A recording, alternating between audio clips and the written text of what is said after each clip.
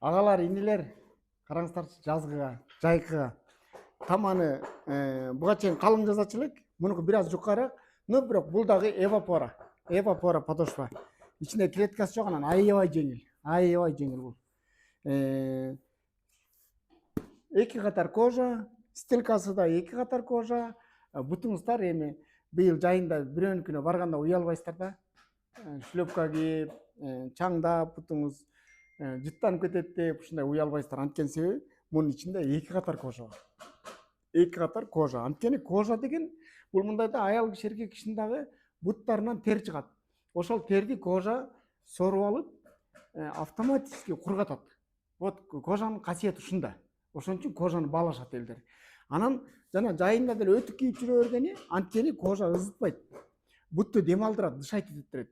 Ошон үчүн кожа кийишет замандаштар. Анан ошого биз таманы спортивный кылып туруп, сонун кылып туруп чыгарып койдук. Таманы да кара, үстү да кара. Черный пантера. Вот черный пантера. Мына мен өзүм кийип турам, көрүңүздөрчү. Кандай көрүнөт экен мына. Көрүңүздөр мына. Вообще сонун. Жеңил, өтө жеңил. Жайлата, бутуңуздар жыргайт.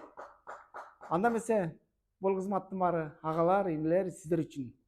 Атаңыздарга, ини жолдошторуңуздарга белек кылып койсоңуздар, эң сонун жайлата кийип жыргап жүрөт.